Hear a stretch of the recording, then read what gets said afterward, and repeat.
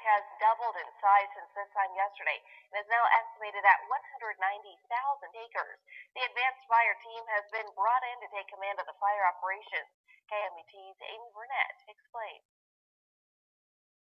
The Kenyon Road fire is now the largest single fire in the U.S. So right now we're just trying to get a handle on this fire that's growing extremely large at this time. We're trying to get some containment established. Thunderstorms and strong winds are playing a major role in the fire's explosive growth. Thunderstorms play a huge role in it. We get big downdraft winds every time that the thunderstorms build in the afternoon. That's what's really pushed the fire and blown it out each afternoon. 220 people are working on the fire at this time, but fire operations will be turned over to a more advanced team Tuesday morning. The team buys us just a lot of expertise and just this is Two Wolves, allows us to Morning 616, and Quillen Embry. A little bit from it. They're designed to manage a big incident like this. Fire officials were hoping to have the fire under control Monday evening, but it could now be several days before that happens. If the weather holds out and cooperates for a day, then with the resources we have on scene, we should be able to get a handle on it. Monday, the fire jumped a containment line on the Sailor Creek Road near the Sailor Creek Training Range for the Air Force, which is about 15 or 20 miles west of where the majority of the fire was Sunday. The fire that's west of the Sailor Creek Road is our biggest concern right now, and there's still quite a bit of activity in that area. The area has a history of big fires. Fire officials are estimating and planning for the fire to grow 250,000 acres. Look at the sagebrush. But they could certainly exceed that. In Castleford, I'm Amy Burnett.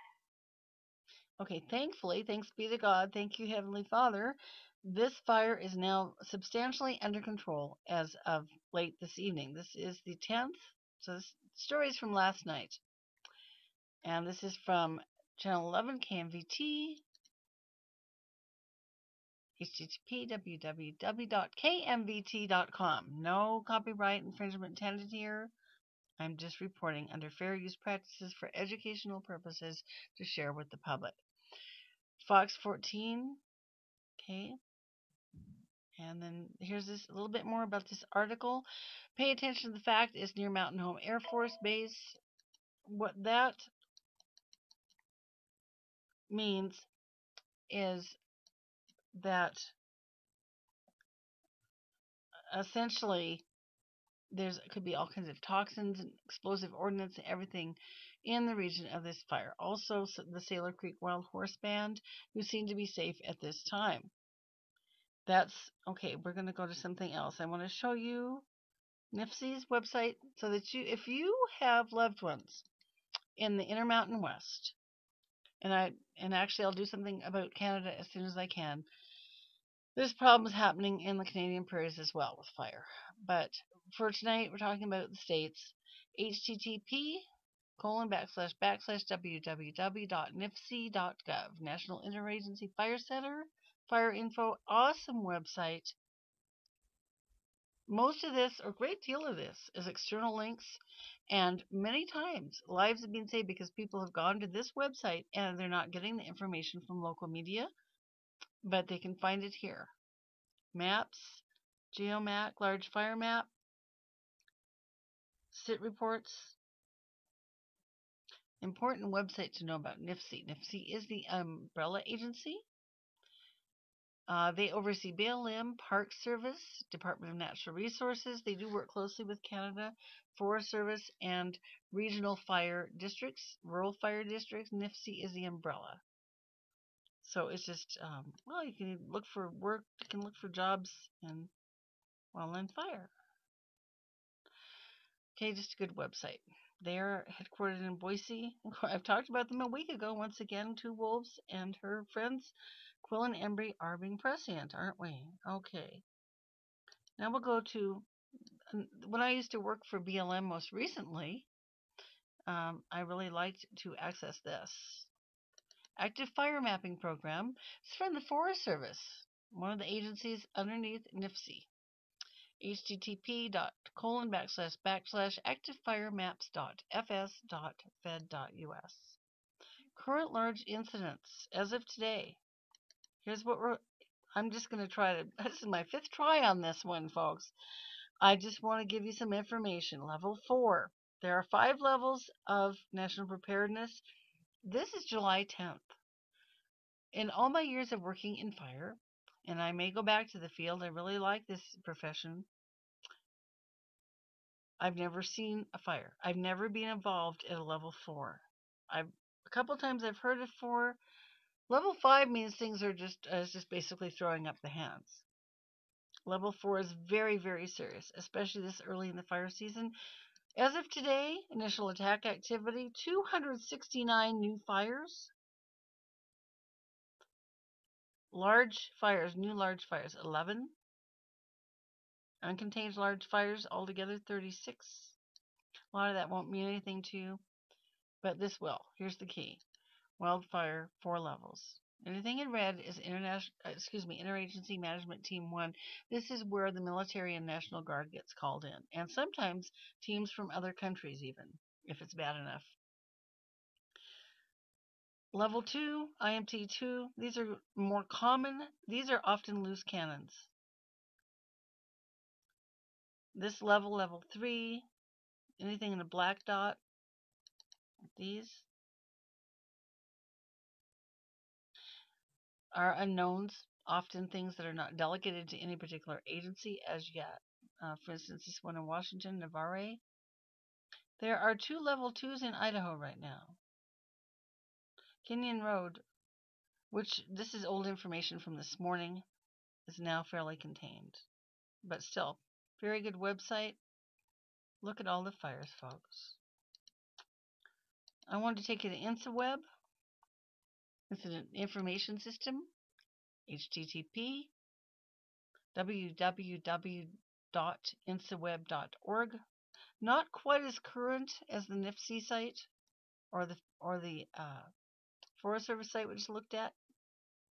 See, the news is a little older, but this is localized as well as national. These are just Idaho incidents, bulletins, evacuation orders, photos, maps, and it also will detail what agency is taking the lead. For instance, there's some in the Boise National Forest, Twin Falls BLM District, which are active and which inactive, their status. And then we'll go here. Okay, again, KMVT, this is tonight's, or actually early evening. And this is the most current information I have. But I can tell you I got up this morning to hear my alarm went off, and local news was warning locals that we are currently at the same state as we were in 2007, the Canyon Fire, which came within 1 block of taking out a large part of the Sun Valley Resort, the Warm Springs Resort area. And it came, I'm told, within about a yard of one of the lovely homes out there before it was stopped. So we're at that status. That was late summer. This is only early July. Updated information, wildland fire update for southern Idaho. Here's another video by Paul Johnson from this afternoon.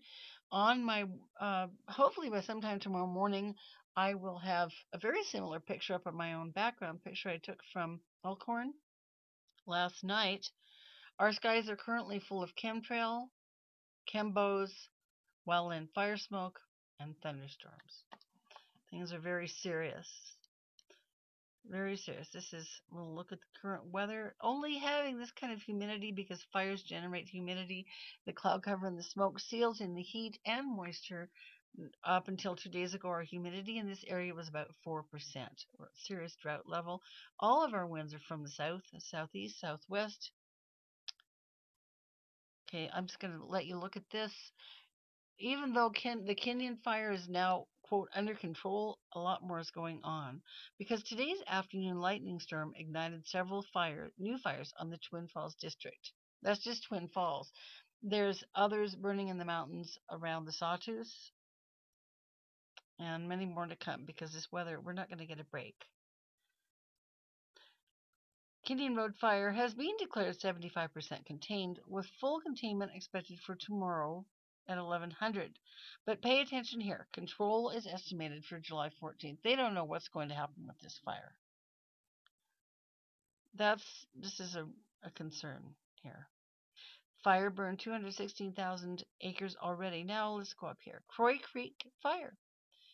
Now let me tell you something really quick for those of you that don't know.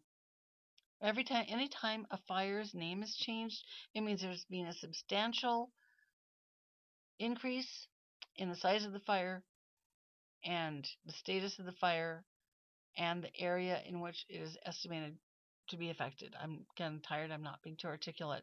But that's whenever a fire's name changes quickly in a short period of time, that's not a good sign. This started out being 30 acres southwest of Haley. The winds are from the southwest and the southeast. Very fitful, high gusts. Resources as of this evening already included 2 engines and 6 smoke jumpers. This means there's a problem right there. It's a remote area, and it's a threatening fire. I'm sure there's many structures threatened by now. We'll look down here real quick. Update 5:30 p.m. U.S. Highway 93 was open again near the Nevada border. As of this evening, I don't know what's happening. I'll keep you abreast as well as I can. BLM is working several fires in the area, many caused by lightning strikes. The weather is just getting more and more intense, and the fires are starting to generate higher winds, lots of gusts, and their own weather now.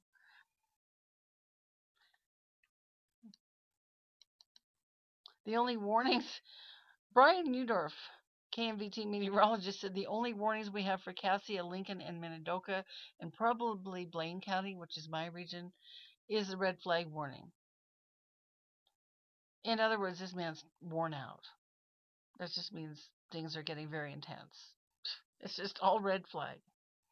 This is issued by the National Weather Service when weather poses a threat to the current fire danger. Today, this would include very hot temperatures and gusty outflow winds from area thunderstorms. Some of these outflow winds can have gusts from 40 to even as high as 50 to 70 miles per hour. Folks, this means blowups. So if you are camping in the backcountry, if you live in a rural area, if you have loved ones going into the high country in Idaho, you tell them to keep to have radio with them. Have radio with them so that they can hear quickly what's going on. They should also carry cell phones. They should have radios with them. They should be very abreast of what's going on. Fire can come up anytime, anywhere. As of this evening, part of the freeway into Boise was currently closed due to a traffic accident that has set the nearby sagebrush on fire. That's how dry it is here in Idaho. It's just crackling dry. We're in very serious trouble. Here's other fires burning in Idaho.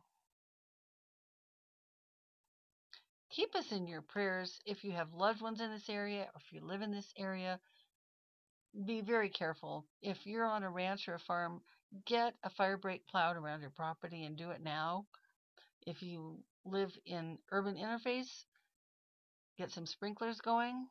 Keep the area around you very wet. Keep your roof wet. And pray. This is Tools out.